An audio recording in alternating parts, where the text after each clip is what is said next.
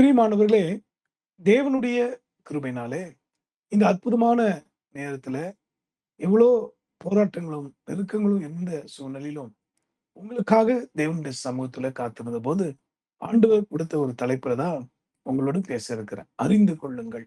இன்றைக்கு நெறைய பேர் தங்களுக்கு எல்லாம் தெரியும் என்கிற எண்ணத்திலே வாழ்றதுனால பிறரை மதிப்பதில்லை. கனவீனப்படுத்துகிறார்கள்.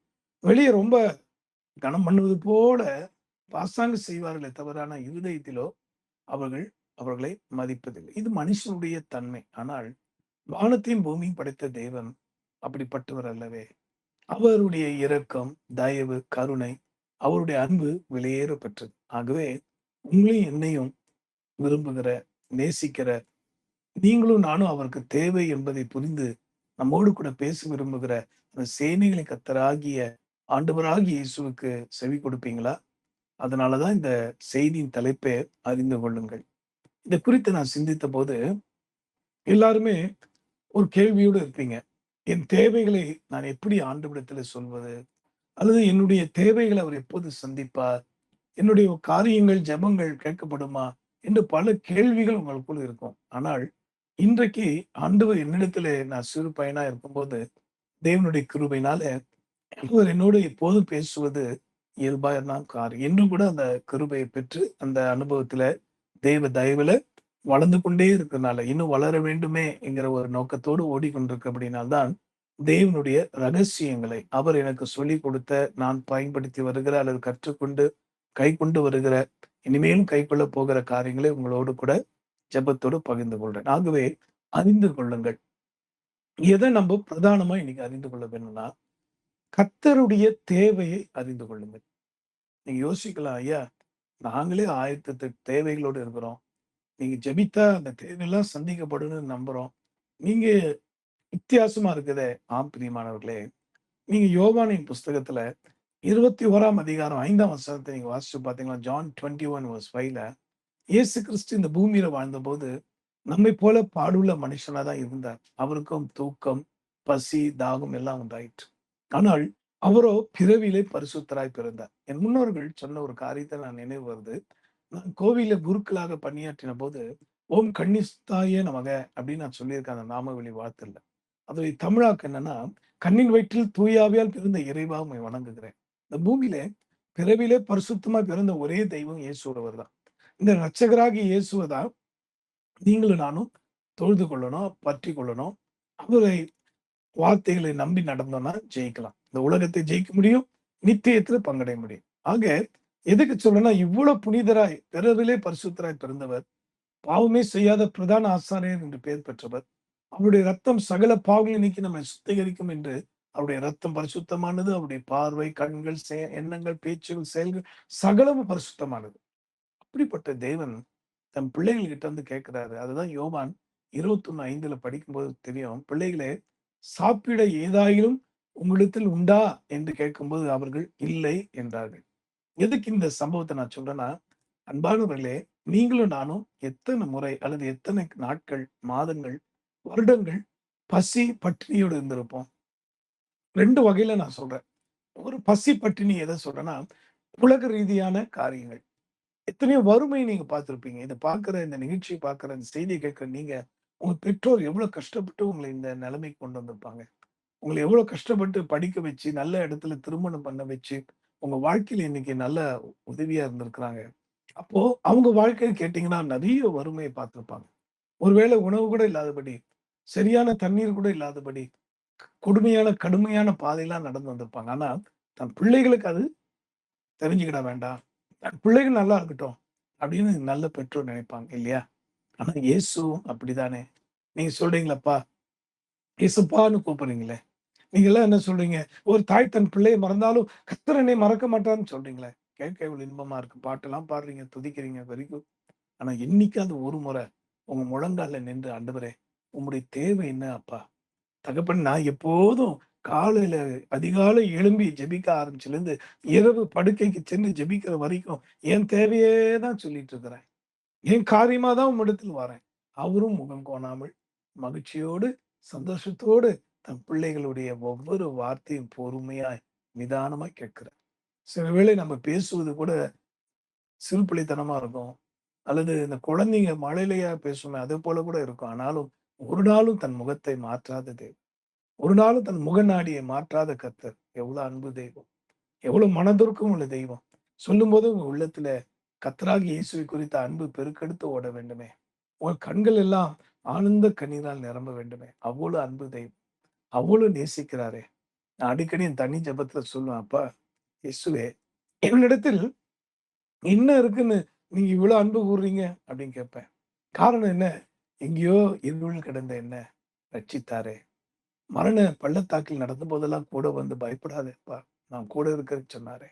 இவ்வளோ நன்மைகள் கொஞ்சமா நெஞ்சமா? இத பார்க்கிற அன்பானவர்களே, என்றைக்காவது ஒரு முறையாவது முழங்கால்ல நிக்கும்போது, ஜெப நேரத்துல "ஏசப்பா, உங்க தேவை என்ன?" அப்படி கேட்டிருக்கீங்களா? நீங்க நினைக்கலாம், நான் செஞ்சு அவருக்கு நிறைய போதா? நான் குடுத்து அவருக்கு திருப்தியா போறாரா?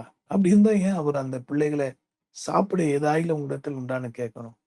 அன்னைக்கு அவர் மரண படுக்கையில, அதாவது மனுக்குலத்துக்காக சிலுவையில ரத்தம் சிந்தும் முன்பாக 1 மணி நேரமாவது என்னோட விழித்திருக்க கூடாதான்னு, ஏன் அவர் ஒரு தேவைய அவர் சொல்லணும் அங்க? அவர் தான் குமாரனாச்சே! அவர் தான் வானாதி வானங்கள் மேல வீற்றிருக்கிறவராச்சே! பரமபிதாவுடைய மடியில தவழ்ந்து கொண்டிருக்கிற நேசகுமாரனாச்சே! எட்டி எட்டி உம்மை அண்ணாந்து பார்த்து கண் பூத்து போனதே. என்ன ஒரு அருமையான பாடல் இல்ல? ரொம்ப பழையது. இந்த வசனம் சொல்லும்போதே எனக்கு அந்த நேசம் பொங்கி வருது. பிதாவின் மடியில செல்லக்குமாரனா இருந்தார். அப்ப அவர் ஏங்க கேட்கணும்? அன்னைக்கு பேதுர பார்த்து சொன்னார், "இப்ப போய் நீ வலைய போடுன்னாரு." அவ்ளோ மீன்கள் வலைய கிழியத்தக்க தான் கொண்டு வந்தாங்களே. ஏன் அவர் கட்டளையிட்டா எல்லாமே ரெடியா வந்துராதா? என் அன்பானவர்களே, தயவு செய்து புரிந்து கொள்ளுங்கள். அவர் உள்ளத்தில் எதிர்பார்ப்போடு வருகிறார். Is expecting great things in your life. தயவு செய்து இந்த செய்திய நீங்க அற்பமா எண்ண கர்த்தர் இடத்துல கேளுங்க. இன்னையிலிருந்து இப்படி பழகுங்க. Change your prayer style. சும்மா பழைய கதைய உருட்டிட்டு கிடக்குறாங்க. பழைய மாவே அரைச்சுட்டு கிடக்காங்க. நீங்க தேவனிடத்தில் கேளுங்கப்பா. இனி நான் உம்முடைய தேவை அறிந்து ஜெபிப்பேனப்பா. உம்முடைய விருப்பத்தை அறிந்து நான் மன்றாடுவேனப்பா. உம்முடைய தேவை என்ன என்பதை பூர்த்தி செய்யக்கூடிய இடத்துல நான் வர வேண்டும் அப்பா. தகப்பனே எனக்கு அப்படிப்பட்ட ஒரு தரிசனம் உள்ள பார்வையை தாரும், பாரமுள்ள காரியத்தை தாரும் என்று சொல்லி கேளுங்க. ஏன்னா ஜெபம் எங்க தொடங்கினது? அததான் இப்ப நான் சொல்லி ஜெபிக்க போறேன். எதுக்காக இந்த ஜெபம் தொடங்கிட்டு, எதுக்காக இந்த காரியத்தை உங்களோட ஆண்டவர் பேசுகிறார் கேட்போமா? அறிந்து கொள்ளுங்கள். தேவனுடைய தேவை என்ன என்பதை அறிந்து கொள்ளுங்கள். ஆதியாகமம் புஸ்தகத்துல 4ஆம் அதிகாரம் 26ஆம் வசனத்த வாசிக்க கேட்கலாமா? Genesis chapter 4 verse 26. சேத்துக்கும் ஒரு குமாரன் பிறந்தான். அவனுக்கு ஏனோஸ் என்று பெயரிட்டான். அப்பொழுது மனுஷர் கர்த்தருடைய நாமத்தை தொழுது கொள்ள ஆரம்பித்தார்கள். அப்பொழுது கர்த்தருடைய நாமத்தை தொழுது கொள்ள ஆரம்பித்தார்கள். அதாவது முதலாவது ஜெபம் என்று கர்த்தரை நோக்கி வேண்டுதல். ஜெபம் என்று தொடங்கின இடம் அதுதான். நான் சொல்வது ஆதாம் ஏவாள் பாவத்துக்குட்பட்டு கர்த்தராலே தோட்டத்திலிருந்து விரட்டப்பட்ட பிற்பாடு, அதுக்கு பின்பாக முதலாக ஜனங்கள் தன்னை உண்டாக்கினவரை, அதான் ஏசாயா 17ஆம் அதிகாரம் 8ஆம் வசனம் சொல்லுகிறது, தங்களை உண்டாக்கினவரே நோக்கி பார்ப்பார். அப்போ முதலாவது ஜனங்கள் தன் சிருஷ்டிகரை எங்க நோக்கி பார்த்தாங்கன்னா, ஆதியாகமம் புஸ்தகம் 4:26 நம்ம படிச்சது போல, அப்பொழுது கர்த்தரை தொழுது கொள்ள ஆரம்பித்தார்கள். என் அன்பானவர்களே, நீங்கள் இதுவரைக்கும் உங்க விருப்பத்துக்காகவே ஜெபித்திருக்கலாம். அல்லது உங்களுடைய வேண்டுதலை, விருப்பங்களை சொல்லி சொல்லி ஜெபித்திருக்கலாம். அதுல அநேகம் நிறைவேறியிருக்கும். சில காரியங்கள் இனி நிறைவேறப் போகிறது. நீங்கள் அப்படி ஜெபிப்பது தவறு என்று நான் சொல்லல. ஆனா, அதுவே வாழ்க்கை அல்ல. மாற்றிக்கொள்ளுங்க. Change your prayer style. Come closer to God. இந்த ஜெபமே, இந்த ஆலோசனை எதுக்குன்னா, இயேசு கிட்ட நெருங்கி வர விருப்பம் உள்ளவங்களுக்கு தான் பாக்கியமா இருக்கும். Lord I want to enjoy the world. இந்த உலகத்த நான் அனுபவிக்கணும். இந்த உலகத்துல இன்னும் ஆசாபாசங்கள் பாருங்க. நெறைய சபைகள்ல இன்னைக்கு பாட்டு நல்லா பாடுறாங்க. பழைய பாமாலை பாடுகள், பாட்டுகள், கீர்த்தனைகள், புதிய பாடல்கள் ரைட். நான் இல்லன்னு சொல்லல. நல்ல பாட்டு பாடுறாளே தவிர, பாடுபட நெறைய பேர் இன்னைக்கு ரெடியா இல்ல. They are not ready to face suffering for the kingdom of God. What a pity. Nowadays, churches have lost their vision. தங்களுடைய தரிசனத்தை இழந்து வாழ்ந்து கொண்டிருக்கிற சபைகள் ஏராளம் ஏராளம். நடனமாடி, இத பண்ணி, அத பண்ணி இன்னைக்கு அப்படிதான் ஓடுறதே தவிர, இன்னைக்கு கர்த்தருடைய பாடுகளை தியானிக்க மனதற்று, கர்த்தருடைய பாடுகளை சந்தோஷமா ஏற்றுக்கொண்டு பவுல் அன்னைக்கு கர்த்தருடைய அப்போஸ்தலர் என்ன சொன்னாங்க? It is our privilege to face suffering for Jesus. என்ன என் ஜனங்கள் எங்களை நிந்திக்கிறார்கள். இயேசுவின் ஊழியத்தை செவி நிமித்தம் எங்களை பரிகாசம் பண்ணுகிறார்கள். இது எங்களுக்கு கொடுக்கப்பட்ட பாக்கியம். அதுதான் தேவனுடைய தேவை அறிந்த அப்போஸ்தலர்கள். அவங்க ஜெபமே எப்படின்னா, ஆண்டவரே எந்த இடத்திலயும் நாங்க உம்மை மறுதலித்திடக் கூடாதப்பா. எந்த இடத்திலயும் நாங்கள் உம்மை துக்கப்படுத்திடக் கூடாது. யாரும் எங்களை காயம் உண்டாக அல்லது ரத்தம் வர அளவுக்கு அடித்தாலும், எங்களை நெருப்பிலே தள்ளி போட்டாலும், அன்னைக்கு சாத்ராக், மேஷாக், ஆபேத்நேகோ என்ன ஜெபம் பண்ணாங்க? இந்த நேபுகாத்நேச்சாரே இருக்கக்கூடாது. இந்த ஏரோது ராஜாவே இருக்கக்கூடாதுன்னு. ஒருவேளை அன்னைக்கு ஜோசப் அப்படி ஜெபம் பண்ணியிருக்கலாமா? இன்னைக்கு எப்படி ஜெபம் ஓடுது? தயவு செய்து ஏமாற்று பேர்வழிகள் இன்னைக்கு நெறைய பேர் இந்த பூமியில பெருகிட்டாங்க. நான் தேசத்துக்காக ஜெபிக்கிறேன், ஜெபிக்கிறேன்னு சொல்லி, கட்சிக்காரங்களுடைய பேர சொல்லி, கட்சிக்கு சாயல போட்டு ஜெபிக்கிறாங்க. தயவு செய்து அந்த பொல்லாத கள்ள தீர்க்கதரிசி கூட்டத்திலயும், கள்ள போதகர்கள் கூட்டத்திலயும் சேர்ந்துராதீங்க. போய் கலந்துக்கிடாதீங்க. அந்த சாபத்த வாங்கி கட்டிக்கிடாதீங்க. அன்பானவர்களே, உங்க நல்லதுக்கு சொல்றேன். கர்த்தரை தொழுது கொள்ளுங்கள். கர்த்தருக்கு அவருடைய தேவை என்ன என்பதை அறிந்து ஜெபிங்க. அதை குறித்து நாம் தொடர்ந்து தியானிப்போம். இப்ப நாம் கேட்ட இந்த ஆலோசனைப்படி நடக்க நம்மை ஒப்புக் கொடுப்போமா? இதுவரைக்கும் நீங்க ஜெபம்னா என்னன்னு தெரியாம இருந்திருப்பீங்கன்னா, இன்னையிலிருந்து முழங்கால் போடுங்க. ஆண்டவராகிய இயேசு பரிசுத்த ஆவியானவர் உங்களுக்கு உதவி செய்வார். கற்றுக் கொடுப்பார். ஜெபிக்கலாமா? ஸ்தோத்திரம் ஆண்டவரே, ஸ்தோத்திரம் ஆண்டவரே. ஆண்டவரே, இந்த அற்புதமான கர்த்தாவின் நேரத்துல என்னோட கூட சேர்ந்து ஜெபிக்கிற பிள்ளைகளை பாதுகாத்துக் கொள்ளும். இன்றைக்கு போலியான ஜெபங்கள், ஆண்டவரே, வெறும் பகட்டான ஜெபங்கள், இன்னைக்கு பேர் பிரஸ்தாபத்துக்காக ஓடுற கூட்டம் இருக்கப்பா. நம்முடைய பிள்ளைகள் யாரும் போய் அந்த கள்ள பயல்களோட சேர்ந்துடக்கூடாது. கள்ள தீர்க்கதரிசிகளோடும், கள்ள போதகர்களோடும் இணைஞ்சிடக்கூடாதப்பா. தயவு கூர்ந்து ஒவ்வொருவருடைய கண்களை திறப்பீராக. எரிச்சலின் ஆவி, பரிகாசம் பண்ணுகிற ஆவியை கர்த்தர் கேட்பீராக. இப்பொழுதும் அந்த வல்லமை இறங்கி வருவதை நான் பார்க்கிறேன். இயேசுவின் நாமத்தினாலே சபைகள் தரிசனங்களை இழந்து இன்னைக்கு ஜெபம் என்றாலே தூக்க மயக்கமும், கேலி, கிண்டலும், பரிகாசமா போய் கொண்டிருக்க காலங்களப்பா. உங்களுடைய பிள்ளைகளை உணர்வுள்ளவர்களாய் மாற்றும். தேவனுடைய தேவையை அறிந்து கொள்வதுதான் ஜெபம் என்பதை புரிந்து கொள்கிற சக்தியை ஒவ்வொருக்கு தாரும். அந்த அறிகிற அறிவை தாரும். இப்போதே இயேசுவின் நாமத்தினாலே தங்கள் தேவையே முன்னே வைத்து, தங்கள் தேவைகள் சந்திக்கப்பட்டால் ஒழிய நான் தேவனை தேடமாட்டேன் என்ற உணர்வோடு வாழ்ற தன்மையை மாற்றி, இன்று முதற்கொண்டு கர்த்தாவே, எவ்வளவு நாங்கள் குறைப்பட்டாலும், எவ்வளவு தகுதியற்றவர்களா இருந்தாலும், எங்களை தகுதி உள்ளவர்களாய் மாற்றி எங்களை நேசிக்கிற கர்த்தாவே, இனி உம்முடைய தேவை அறிந்து நாங்கள் ஜெபிப்போம் என்று சொல்லி தீர்மானித்து என்னோடு ஜெபிக்கிற அத்தனை பேர் மேலும் அந்த உன்னதமான ஜெபாவை அறிந்து வரட்டும். அறிந்து கொள்ளுங்கள் என்று சொன்னீரே. உம்மை அறிந்து கொள்ளுகிற அறிவை தாரும் ஆண்டவரே. கேட்ட வார்த்தையின்படி ஒவ்வொருவருக்கும் ஜெபாவை பற்றி எறியட்டும். பின்மாற்றத்தின் ஆவியை வெளியே போ.